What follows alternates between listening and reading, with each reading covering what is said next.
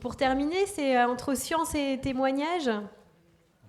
À l'issue de la sortie de cet ouvrage que l'on a réfléchi et écrit avec Olivier, qui est en bas, on a préparé un exposé sur un retour d'expérience du travail du cheval selon les principes de l'apprentissage avec un cheval qui s'appelle Red d'Agemont, qui est le cheval d'Olivier. Voilà, tout à fait. Alors une introduction sur le dressage. En fait, le travail du cheval, c'est fait d'une succession d'apprentissages. En fait, ici, je pense que tout le monde le voit comme ça. Le cheval doit comprendre qu'il doit réaliser une action précise en réponse à un ordre du cavalier. Et si on cite Pluvinel, donc c'était il y a 500 ans, le dressage, c'est moins une gymnastique qu'une éducation qui s'adresse à l'intelligence du cheval. Il disait alors, il lui travaille la cervelle plus que les reins et les jambes. Et on voit que tous les exercices qui sont quotidiennement effectués ici, ça met en jeu des mécanismes précis d'apprentissage. Alors les théories de l'apprentissage, elles étaient inconnues jusqu'au XXe siècle. Et effectivement, ça n'empêchait absolument pas de dresser les chevaux. Vous reconnaissez James Phillips ici qui recule avec son cheval au galop. Ce qu'il y a, on n'avait à l'époque pas tellement conscience que derrière tous ces apprentissages, toutes ces modifications de comportement, il y avait de réels processus qui sont soumis à des règles de fonctionnement bien précis en fait. Et connaître ces théories, on peut s'en passer, mais c'est quand même à mon avis un vrai plus pour travailler les chevaux, parce que ça aide à vraiment bien comprendre ce que le cheval comprend, et ça va plus vite, et c'est aussi dans une idée de pédagogie, ça aide à enseigner l'équitation. Donc il y avait l'historique de l'équitation, là c'est l'historique de la recherche. C'est au XXe siècle que les grands types d'apprentissage ont été découverts, avec Pavlov à gauche, avec le conditionnement pavlovien, et à droite Skinner, le conditionnement skinnérien, ou opérant. Je vais revenir un peu sur ce que c'est. Et en fait, c'est utilisé tout le temps, en fait, ces apprentissages quand on monte à cheval, tout le temps. Et donc on va illustrer l'utilisation de ces théories de l'apprentissage pour le travail, avec donc le cheval d'Olivier, et donc le cheval de l'ENE, c'est un cheval du cadre, qui s'appelle Red d'Agemont, qu'on voit en photo ici. Et là, je vais te laisser décrire les images. Bien, alors ce cheval a été acheté à 3 ans. C'est plutôt un cheval avec des origines de CSO, puisque son père, c'est Cardero, qui a été rebaptisé Champs-Élysées, qui a tourné en 5 étoiles en CSI. Et puis sa mère est par Grand Veneur, donc c'est un cheval plutôt d'un gabarit de CSO, qui donc a été acheté pour faire les sauteurs. À l'époque, les chevaux faisaient les cycles classiques en CSO à 4 ans et à 5 ans, et en fin d'année de 5 ans, ils allaient aux sauteurs où ils apprenaient donc ce nouveau métier pour eux. Et ce cheval a posé des problèmes de comportement, non pas à 4 ans, mais à 5 ans, quand il fallait qu'il se mette certainement plus à l'effort. Et en fait, lui, il s'est arrêté, il se cabrait comme il fait là, et puis souvent, il sortait les cavaliers des carrières. Du coup, la section CSO était plutôt bien contente de s'en débarrasser, et il est arrivé au sauteur. Le problème au sauteur, c'est quand on lui a demandé les courbettes, en fait, il a répété les défenses qu'il faisait, et il se mettait vraiment très, très vertical, si bien que monter, c'était très dangereux, parce qu'il était toujours limite à se retourner. Donc, voilà, ce cheval-là, à un moment donné, ne faisait que les sauteurs à la main. Et quand il a fallu faire une restriction ici au niveau des chevaux, les sauteurs montés faisaient les sauts à la main. Et puis comme celui-là ne faisait que ça, ils ont préféré donc ici à l'école l'enlever des sauteurs. Et à ce moment-là, je cherchais justement un cheval qui posait des problèmes de comportement, parce qu'on avait cette idée d'écrire le livre. Et je voulais surtout, comme j'avais fait en 93 le DU à l'université de Rennes, je voulais expérimenter donc tous les apprentissages avec les renforcements positifs, primaires et secondaires, chose que je ne faisais pas vraiment avant. Et ça tombait bien parce que voilà, j'avais le cas d'un cheval, vous voyez, qui pouvait présenter des comportements des fois dangereux, on va dire. Bon, sur la photo de gauche en bas, il faut juste évaluer la distance qui vous sépare du cheval.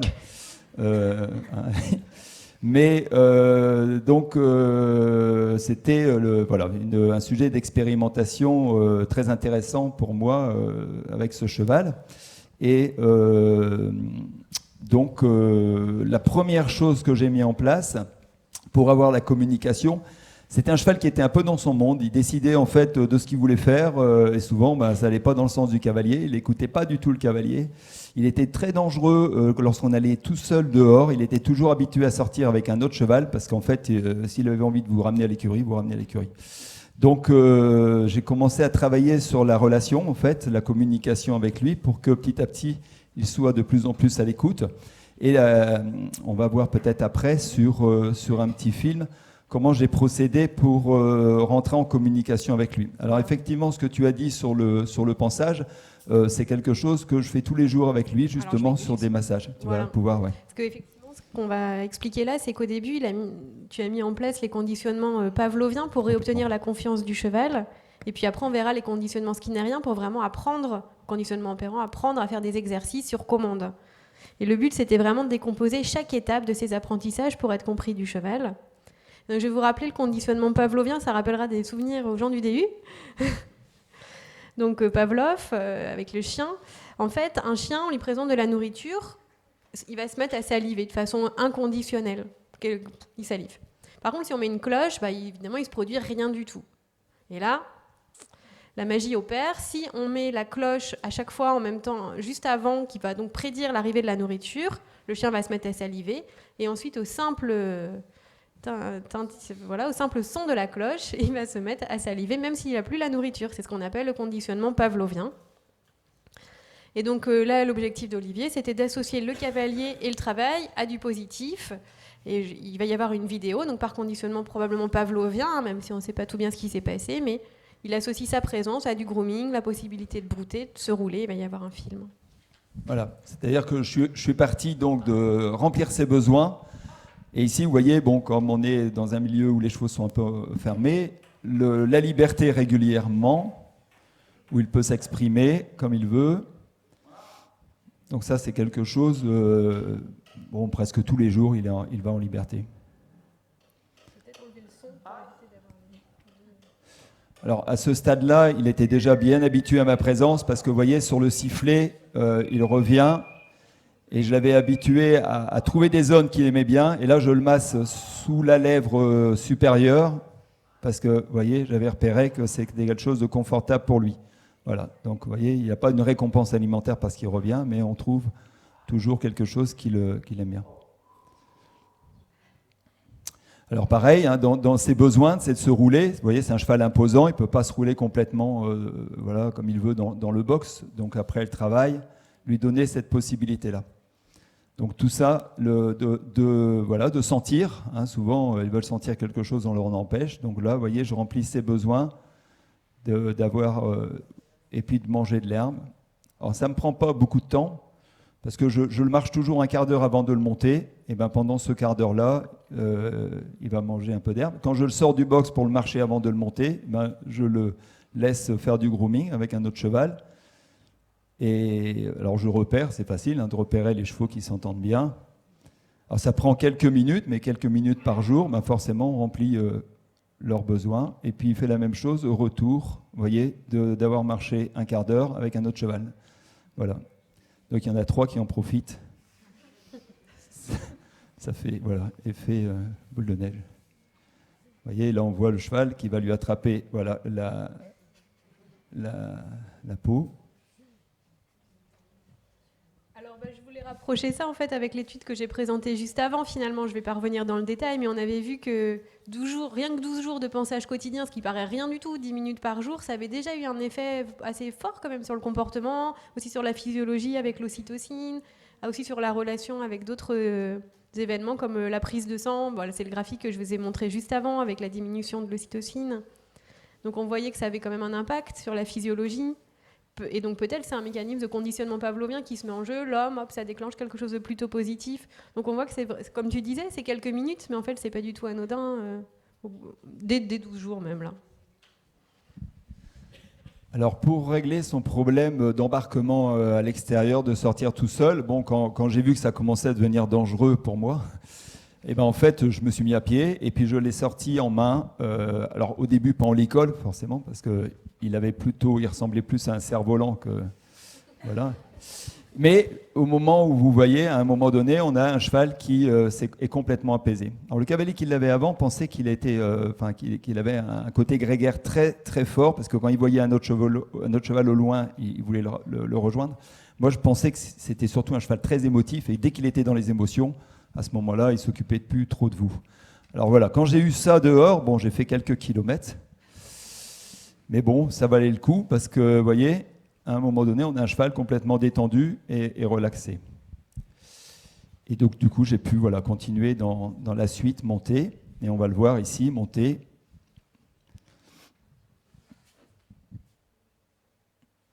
Alors, quand j'ai montré cette vidéo à son ancien cavalier, il a ouvert des yeux comme ça. Et je pense qu'il m'a pris pour Harry Potter. Voilà. Donc là, on voit, il n'y a plus de problème de comportement. Alors surtout, ça, c'est ici la carrière d'Orgex, c'était un endroit qu'il n'aimait pas du tout.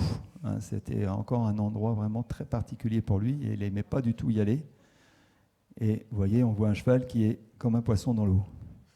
Alors bien évidemment, je travaille beaucoup en dressage dehors, sur les pistes, parce que du coup, il a une impulsion naturelle, je n'ai pas besoin de pousser, et pour lui, maintenant, c'est vraiment son jardin, donc ça va très bien comme ça. Alors après, le cheval était mis en confiance. Donc après, tu as pu travailler sur des exercices particuliers, donc le conditionnement opérant, Skinner, je vais rappeler ce que c'est. Alors c'était Monsieur Skinner, plutôt des rongeurs, donc, ou des oiseaux. Donc quand il y a un stimulus, par exemple une lumière qui s'allume dans la cage, il doit faire une réponse, par exemple tourner sur lui-même. Je pense là à des travaux sur les pigeons.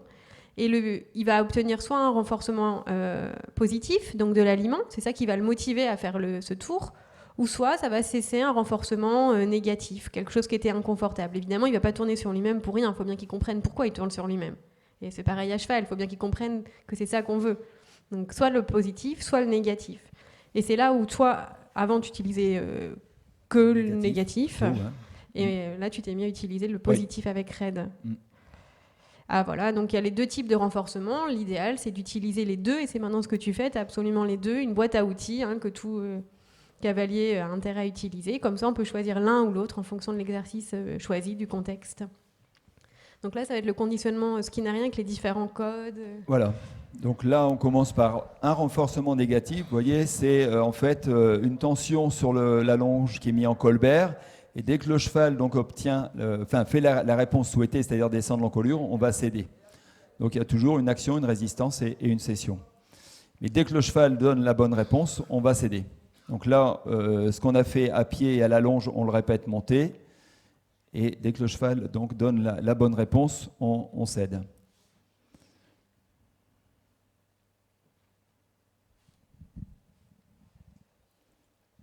Premier travail. Après, tu lui as appris le mot, ça c'est super, attends pour avoir de la nourriture. Voilà. Oh, je le remets. Donc là, il y a plusieurs essais entre les deux vidéos. Vous voyez, là, je dis attends, ça ne provoque rien chez le cheval. Puis, petit à petit, à force de répéter, à un moment donné, voilà, on a cette réponse-là. Et là, un mot et la récompense qui, on va le dire tout à l'heure, doit être donnée assez rapidement. Ah là, ça je l'ai vu, le souffle. Donc en fait, attends, mais pose 2 petites secondes pour que j'explique. Comme c'était un cheval pas très attentif, après je me suis dit je vais proposer en fait des petits ateliers où il va devoir être de plus en plus attentif en fait donc au signal. Et là par exemple, j'associe le fait que je m'arrête, parce que là s'il marche à côté de moi, il va s'arrêter quand je m'arrête. Mais j'associe ça aussi au souffle, vous voyez ? Donc je vais diminuer mon curseur au niveau du signal, et là c'est simplement le souffle qui doit Alors il fait une transition sur le souffle.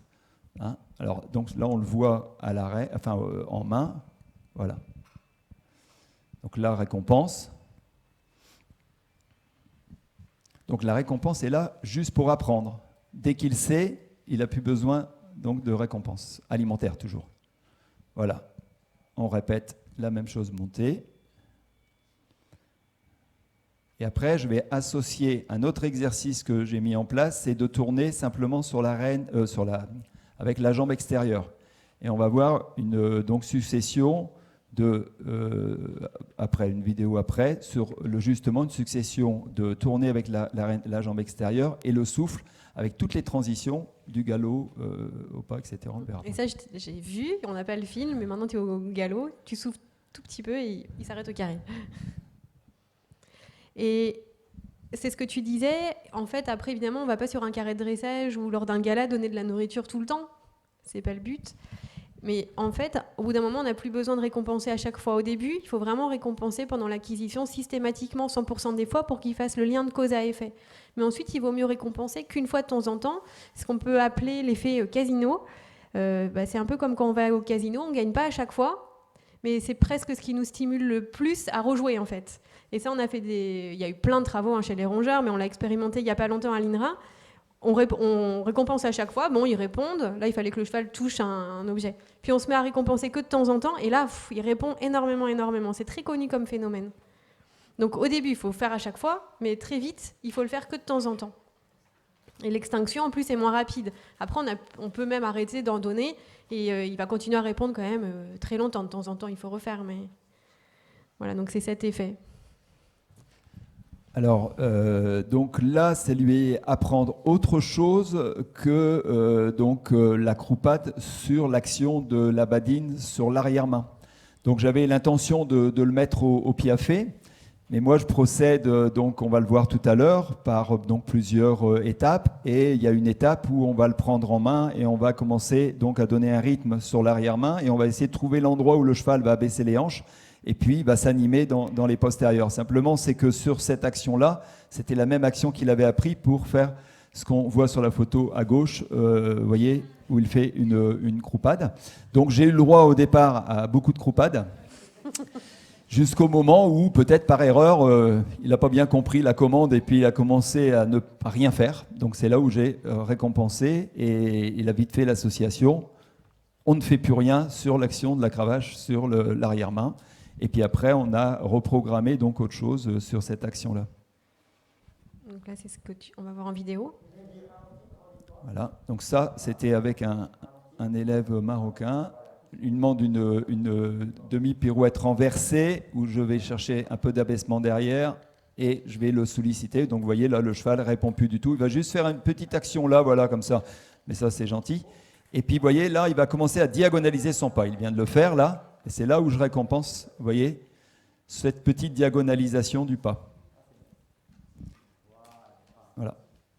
Et après ça, je le prends en main. Alors là, volontairement, il a trop l'encolure à gauche, mais c'est parce que je voulais juste avoir un contact sur une reine à ce moment-là. Et je lui demande de reculer, qui a une allure diagonalisée, le départ au trot, qui a une allure diagonalisée. Vous voyez, genre à chaque fois, étape par étape, je récompense ce qu'il a fait, même si ça, c'est assez facile pour lui, pour qu'il comprenne bien ce que j'attends de lui. Alors effectivement, en étant sur une reine, il a l'encolure un peu trop à gauche, mais ça me permet, moi, de ne pas raccourcir l'encolure, vous voyez, dans son sens longitudinal. Je lui donne toute la longueur qu'il veut dans son encolure. Vous voyez, là, il commence un peu à diagonaliser en marchant. Et vous voyez qu'il n'y a plus de réponse sur la badine, sur l'arrière-main, sur la croupade. Et là, maintenant qu'il a compris, je prends les deux rênes sous l'auge, et toujours pareil, reculer et départ. Voilà. Et le piafé se trouve entre les deux. Voilà. Et puis là, maintenant qu'il commence à savoir qu'il doit repartir, je vais toucher l'arrière et on voit le cheval qui comprend mieux ce qu'il doit faire. Vous voyez, plus régulier derrière, en baissant les hanches, sans foyer de la queue et en laissant le maximum de longueur dans son encolure. Comme ça, il n'y a pas de contrainte du tout. Il ne s'occupe que de ce qui se passe derrière. Il ne s'occupe pas du tout de ce qui se passe devant. On le laisse utiliser son encolure comme il veut. Donc là, c'est la même chose la première fois avec une cavalière sur son dos. Donc je demande à la cavalière de mettre des codes avec les jambes, mais vous voyez, de laisser l'encolure la plus longue possible. Il est juste sur la main avec le chanfrein légèrement devant la verticale, mais elle ne va pas le contraindre devant. Donc je le sollicite derrière et on voit la troisième fois, là c'est la deuxième, et la troisième fois, on va voir le cheval qui va même déjà commencer à faire un petit mouvement sur place parce qu'il comprend de plus en plus ce qu'on attend de lui. Donc là, comme il est dans les apprentissages, il est encore récompensé donc avec l'alimentation. Et là, on va voir le cheval, il va commencer déjà à mieux comprendre ce qu'il doit faire derrière, vous voyez. Et là, déjà, il fait des petits mouvements un peu plus, enfin un peu moins en avançant déjà.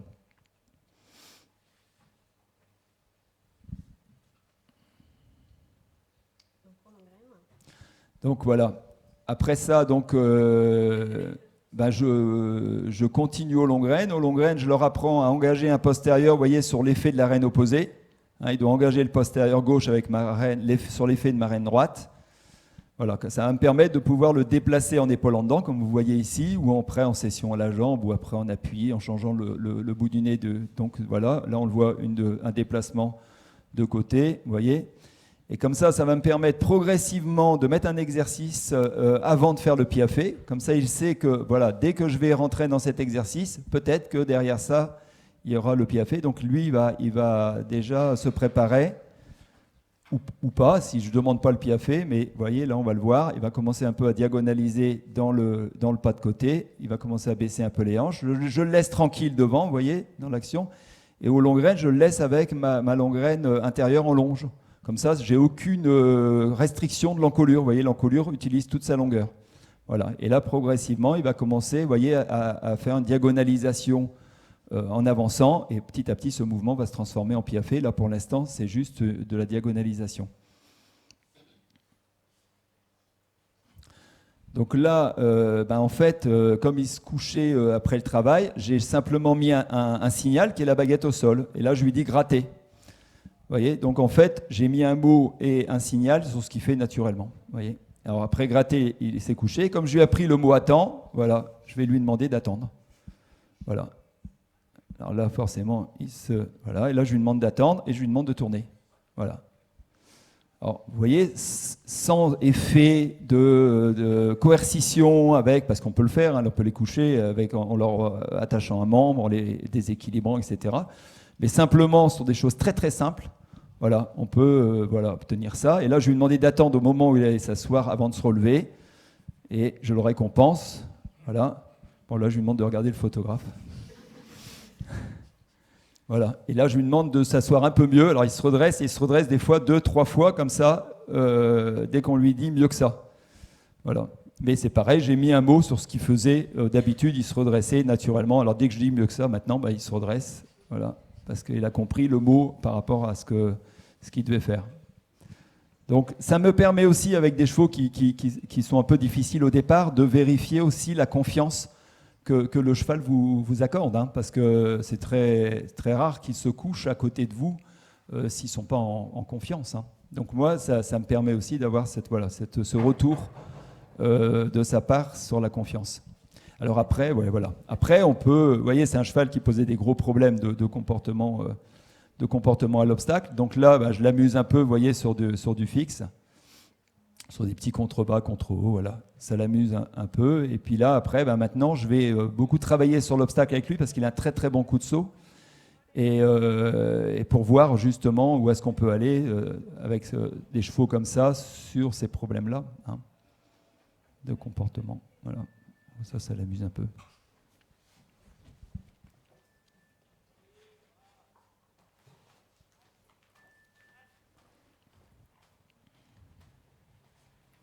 Voilà, donc en conclusion, ça illustre le fait que la connaissance des principes de l'apprentissage, ça peut être une aide pour travailler les chevaux, puisque ça va formaliser les apprentissages, parce que quand on comprend mieux ce qu'on fait, le cheval comprend mieux, progresse plus vite. Il y a eu aussi toute cette introduction des renforcements positifs à l'ENE, ce qui n'était pas traditionnellement le cas, et on espère que ça va continuer. C'est aussi une aide à la pédagogie de connaître ces théories parce qu'on pose des mots, on explique des mécanismes, alors ça devient plus clair, en fait, c'est facile. Il y a un code, il y a un renforcement, une action, c'est beaucoup plus simple à expliquer.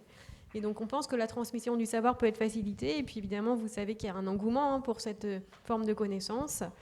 Et faut pas le faire n'importe comment, on le sait. Enfin, attention au renforcement positif, il faut bien le faire de la même façon qu'il faut bien utiliser les renforcements négatifs.